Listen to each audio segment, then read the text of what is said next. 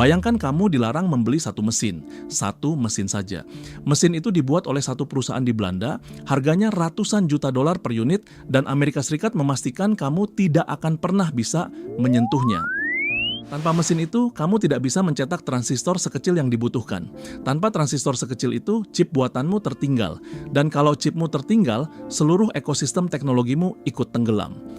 Itulah posisi Huawei sejak 2019, diblokir, diisolasi, dicabut dari rantai pasok teknologi paling canggih di dunia.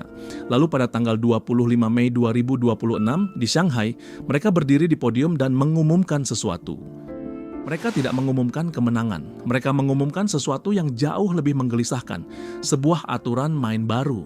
Dan aturan main itu, kalau benar, bisa mengubah cara seluruh industri semikonduktor dunia mengukur kemajuan. Tapi sebelum kita melangkah lebih jauh, ada satu hal yang harus kita bereskan sejak awal. Judul yang mungkin membawamu ke video ini mungkin berbunyi, Huawei mengalahkan Apple, Qualcomm, dan Samsung dengan chip 1,4 nanometer. Dan itu tidak sepenuhnya benar. Huawei belum membuat chip 1,4 nanometer. Mereka belum mengalahkan Apple atau Qualcomm dalam benchmark hari ini.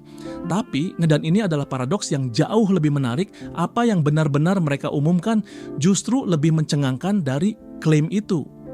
Karena cerita yang sesungguhnya bukan tentang siapa yang menang hari ini. Cerita yang sesungguhnya adalah tentang bagaimana sebuah perusahaan yang dikurung, yang dipotong dari semua senjata utamanya, mencoba menulis ulang hukum fisika chip dari dalam kerangkengnya sendiri. Pernahkah kamu menyadari sebuah ironi yang menggelisahkan bahwa embargo yang dirancang untuk menghentikan sebuah perusahaan justru bisa memaksanya menemukan jalan yang tidak pernah terpikirkan oleh mereka yang merancang embargo itu? Mari kita bedah anatomi dari apa yang sebenarnya terjadi di Shanghai pada tanggal 25 Mei 2026. Bukan versi yang dilebih-lebihkan, bukan versi yang diremehkan, versi yang brutal dan jujur. Konferensi IAIA ICCAS 2026 bukan panggung sembarangan. IAI, Institute of Electrical and Electronics Engineers, adalah salah satu lembaga teknik paling bergengsi di planet ini. Berbicara di sana bukan seperti posting di media sosial. Ada standar, ada pertanggungjawaban intelektual, dan yang berdiri di podium itu adalah He Tingbo, Presiden Bisnis Semikonduktor Huawei, sekaligus Ketua Komite Ilmuwan Huawei, bukan juru bicara PR, bukan eksekutif pemasaran, ini adalah kepala ilmuwan mereka. He Tingbo mengumumkan sesuatu yang diberi nama Tau Scaling Law, dalam karakter Mandarin ditulis sebagai Tao Ding Lu, sebuah kerangka desain chip baru yang diklaim sebagai pengganti hukum Moore, bukan pembaruan, bukan revisi, pengganti. Hukum Moore yang dirumuskan Gordon Moore dari Intel pada tahun 1965 menyatakan bahwa jumlah transistor dalam sebuah chip akan berlipat ganda setiap 2 tahun. Itu adalah kompas yang memandu seluruh industri semikonduktor selama 6 dekade. 6 dekade, pikirkan itu. Selama 6 dekade, seluruh industri teknologi dari Intel hingga Apple, dari Samsung hingga TSMC, bergerak mengikuti satu kompas yang sama. Dan kini Huawei berkata kompas itu sudah usang. Tapi tunggu dulu, tidak semua klaim pengganti hukum Moore adalah revolusi nyata. Industri ini penuh dengan mitos yang meyakinkan. Seberapa jauh klaim Huawei ini bisa diverifikasi? Mari kita selami lebih dalam sebelum kita terpesona. Inti dari Tau Scaling Law adalah pergeseran fokus yang radikal. Hukum Moore mengejar geometri, seberapa kecil transistornya. Tau Scaling Law mengejar kecepatan sinyal, seberapa cepat informasi bergerak di dalam chip. Bayangkan sebuah lomba lari. Selama 6 dekade, semua orang berlomba membuat pelarinya semakin kurus dan kecil, karena tubuh yang lebih kecil bergerak lebih efisien. Tau Scaling Law berkata, hentikan itu, perpendek saja lintasannya. Dalam dunia chip, lintasan itu disebut signal propagation delay. Waktu yang dibutuhkan sinyal listrik untuk berjalan dari satu titik ke titik lain di dalam chip. Semakin pendek perjalanan itu, semakin cepat chip bekerja, semakin sedikit energi yang terbuang. Dan cara Huawei memperpendek lintasan itu adalah dengan teknologi yang mereka sebut logic folding. Ini adalah inti dari seluruh klaim mereka. Dan untuk memahaminya, kita perlu sebuah analogi yang lebih konkret. Bayangkan sebuah rumah satu lantai yang sangat luas. Dari kamar tidur ke dapur, kamu harus berjalan 20 meter. Chip konvensional bekerja seperti itu, semua komponen tersebar melebar di satu permukaan datar. Logic folding membangun chip seperti gedung bertingkat. Alih-alih menyebar ke samping, lapisan transistor ditumpuk secara vertikal. Dari kamar tidur di lantai 2, kamu turun tangga 2 meter, bukan berjalan 20 meter. Hasilnya, jalur kabel kritis di dalam chip menjadi jauh lebih pendek. Sinyal bergerak lebih cepat. Hambatan listrik yang dalam dunia chip disebut RC load turun drastis.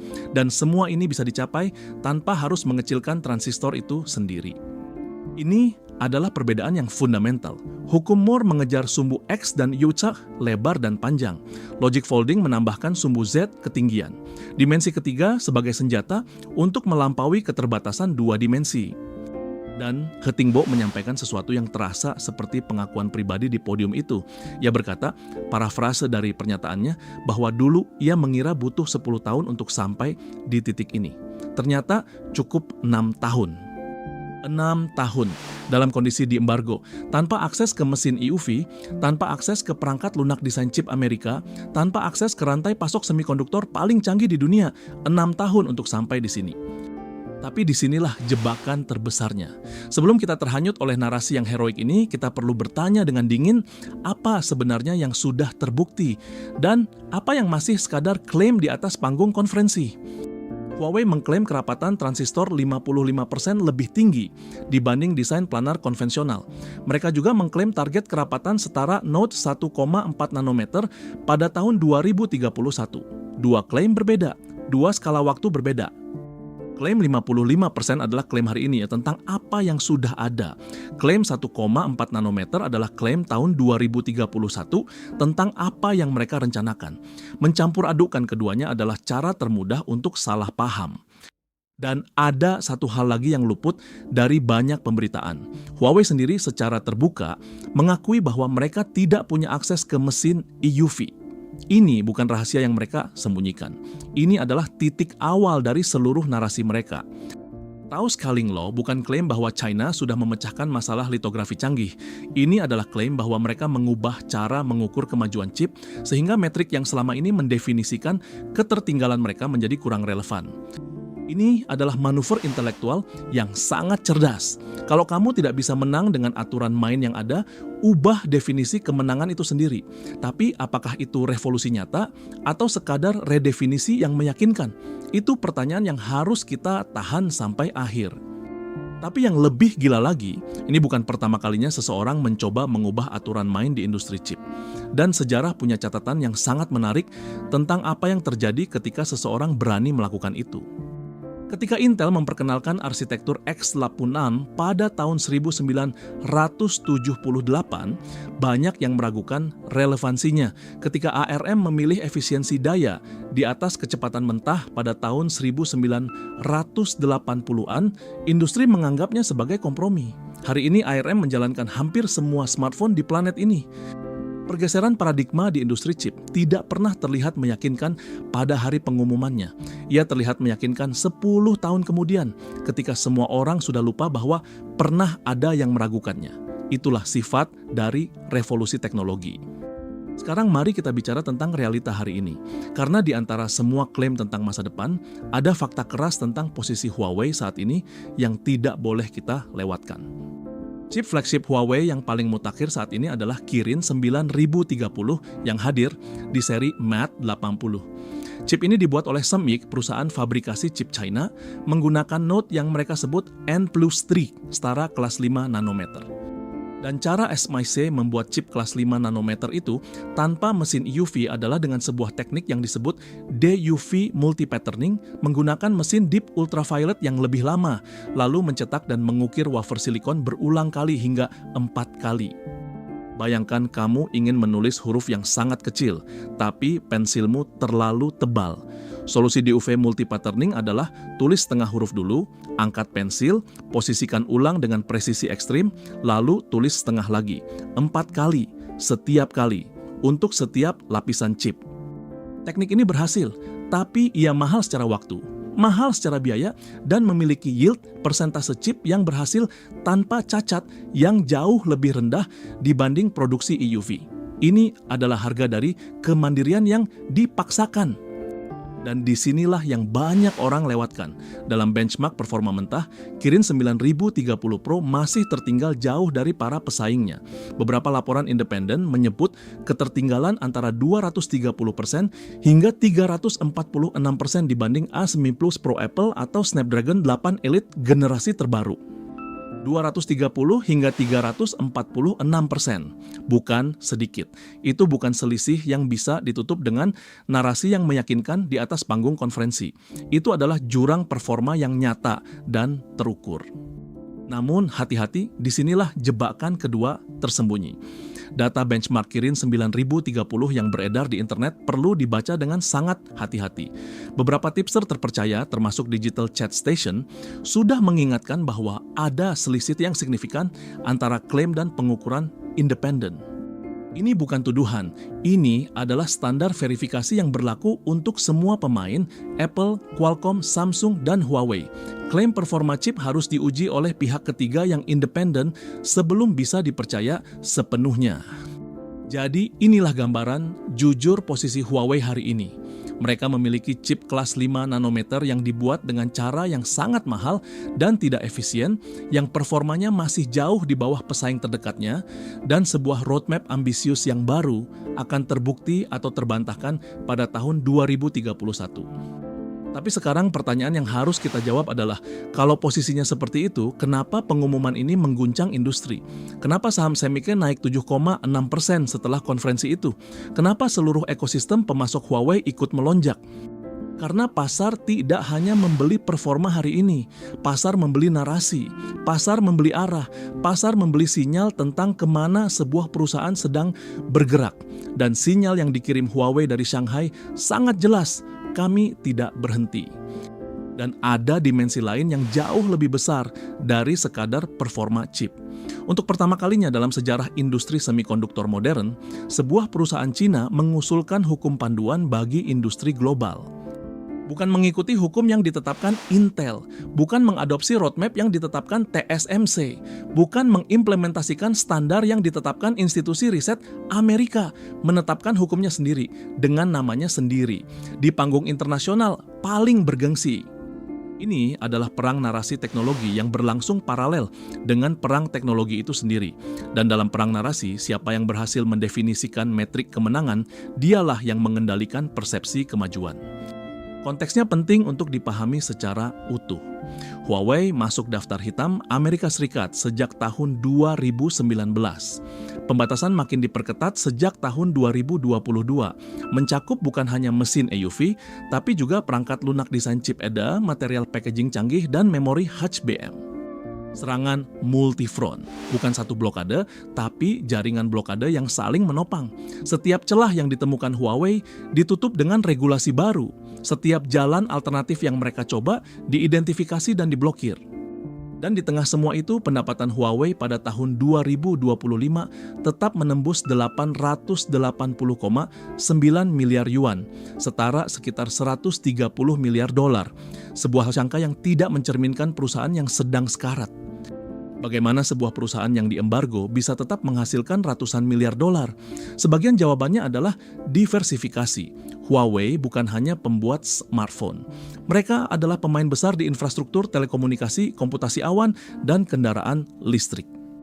Tapi sebagian lainnya adalah ketahanan yang dipaksakan oleh kebutuhan. Ketika kamu tidak bisa membeli komponen dari luar, kamu terpaksa membuatnya sendiri. Dan proses membuatnya sendiri, meski menyakitkan, membangun kapabilitas yang tidak akan pernah kamu miliki kalau kamu bisa membelinya. He Tingbo juga menyampaikan sesuatu yang terasa paradoksal di akhir pidatonya. Di tengah narasi kemandirian teknologi Cina, ia menyerukan keterbukaan dan kolaborasi global, bukan isolasi, bukan nasionalisme teknologi, kolaborasi.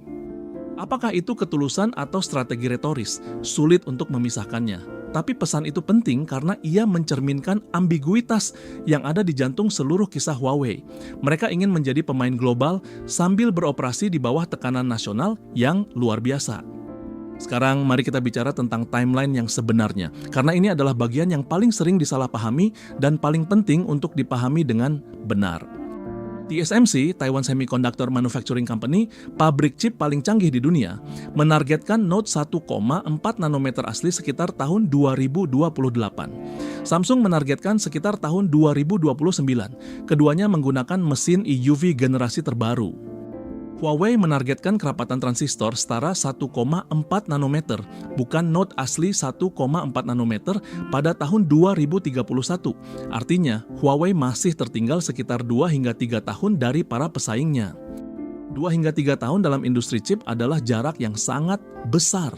Dalam 2 hingga 3 tahun, generasi chip bisa berganti 2 kali. Ekosistem perangkat lunak bisa bergeser. Standar industri bisa berubah. Ini bukan selisih yang bisa diabaikan. Namun ada satu hal yang luput dari penjelasan tadi.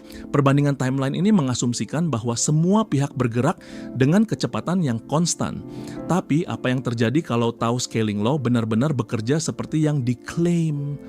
Kalau pendekatan berbasis kecepatan sinyal dan penumpukan 3 dimensi ini terbukti lebih efisien dari pendekatan berbasis pengecilan geometri, maka aturan main kompetisi ini bisa berubah dengan cara yang tidak terduga. Itulah yang membuat pasar bereaksi. Ini bukan tentang siapa yang menang hari ini. Ini tentang siapa yang berhasil mendefinisikan bagaimana kemenangan diukur 10 tahun dari sekarang. Dan dalam permainan itu, Huawei baru saja melempar batu ke kolam yang sangat tenang. Dan disinilah yang banyak orang lewatkan, konteks geopolitik yang menyelimuti seluruh cerita ini. Karena Tau Scaling Law bukan hanya pernyataan teknis, ia adalah manifesto kemandirian teknologi yang disampaikan di panggung internasional paling bergengsi.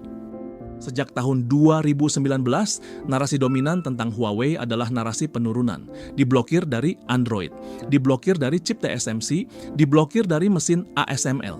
Setiap berita tentang Huawei adalah berita tentang apa yang tidak bisa mereka lakukan lagi. Pengumuman di Shanghai membalik narasi itu. Untuk pertama kalinya dalam bertahun-tahun, Huawei tidak hanya bereaksi terhadap embargo. Mereka mengambil inisiatif, mereka menetapkan agenda, mereka membuat dunia membicarakan apa yang mereka inginkan. Apa yang aku bagikan di video ini baru permukaannya. Implikasi Tau Scaling Law terhadap arsitektur chip masa depan, terhadap ekosistem fabrikasi global, dan terhadap dinamika perang teknologi Amerika-China, itu adalah lapisan yang jauh lebih dalam. Kalau kamu ingin berdiskusi lebih jauh, kolom komentar di bawah adalah tempat yang tepat. Pertanyaan terbaikmu mungkin akan menjadi topik video berikutnya. Sekarang mari kita masuk ke bagian yang paling kritis, sisi skeptis dari seluruh cerita ini. Karena menghormati kecerdasan penonton berarti tidak hanya menyampaikan narasi yang menarik, tapi juga lubang-lubang yang ada di dalamnya. Masalah pertama, definisi setara 1,4 nanometer dalam Tau Scaling Law adalah definisi Huawei sendiri. Belum ada validasi dari pihak ketiga yang independen. Belum ada peer review dari institusi akademik yang tidak berafiliasi dengan Huawei. Ini bukan tuduhan kebohongan, ini adalah standar verifikasi ilmiah yang berlaku untuk semua klaim di semua industri. Klaim yang belum diverifikasi independen adalah hipotesis yang menarik, bukan fakta yang terbukti. Perbedaan itu penting. Masalah kedua, bahkan jika logic folding bekerja persis seperti yang diklaim, chip yang dihasilkan tetap harus difabrikasi di suatu tempat. Dan kualitas fabrikasi itu bergantung pada litografi yang mendasarinya, yang masih dibatasi oleh ketiadaan EUV. Arsitektur yang brilian tidak bisa sepenuhnya mengatasi keterbatasan proses fabrikasi. Seperti desain rumah yang sempurna yang tidak bisa dibangun karena material bangunan yang tersedia berkualitas rendah. Batas itu nyata dan tidak mudah disiasati. Masalah ketiga, embargo tidak berhenti di EUV. Ia sudah merambah ke mesin DUV generasi terbaru, ke perangkat lunak EDA yang dibutuhkan untuk mendesain chip kompleks, ke material packaging canggih, dan ke memori HBM yang dibutuhkan untuk komputasi IAI. Ini adalah serangan multifront yang dirancang dengan sangat teliti. Setiap kali Huawei menemukan celah, celah itu ditutup. Setiap kali mereka mengembangkan solusi alternatif, solusi itu diidentifikasi dan diblokir. Arsitektur saja mungkin tidak cukup untuk menanggapi serangan yang sifatnya sistemik. Dan masalah keempat, yang mungkin paling fundamental, SMIC sebagai pabrik fabrikasi Huawei sudah mendekati batas praktis dari teknik DUV multi-patterning. Para analis industri memperkirakan N+3 atau N+2 adalah kira-kira batas terjauh yang bisa dicapai dengan pendekatan itu. Mendorong DUV multi-patterning lebih jauh dari batasnya bukan hanya mahal, ia bisa menjadi tidak layak secara ekonomi. Yield yang terlalu rendah berarti terlalu banyak chip yang terbuang. Terlalu banyak chip yang terbuang berarti biaya per unit yang tidak kompetitif. Jadi Logic Folding harus melakukan dua hal sekaligus.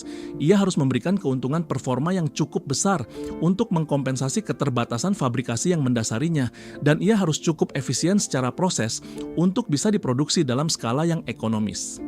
Itu adalah beban yang sangat berat untuk satu inovasi arsitektur, dan itulah mengapa ujian sesungguhnya bukan di konferensi IAA. Ujian sesungguhnya adalah di akhir tahun 2026 ketika chip Kirin dengan Logic Folding pertama dirilis ke pasar.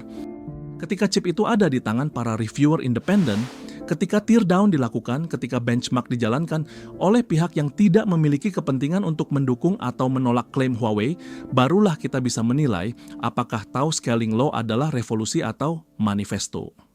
Huawei juga mengklaim bahwa dalam 6 tahun terakhir, mereka sudah memasukkan 381 model chip ke dalam produksi massal. 381. Itu bukan angka kecil, itu adalah ekosistem chip yang luas.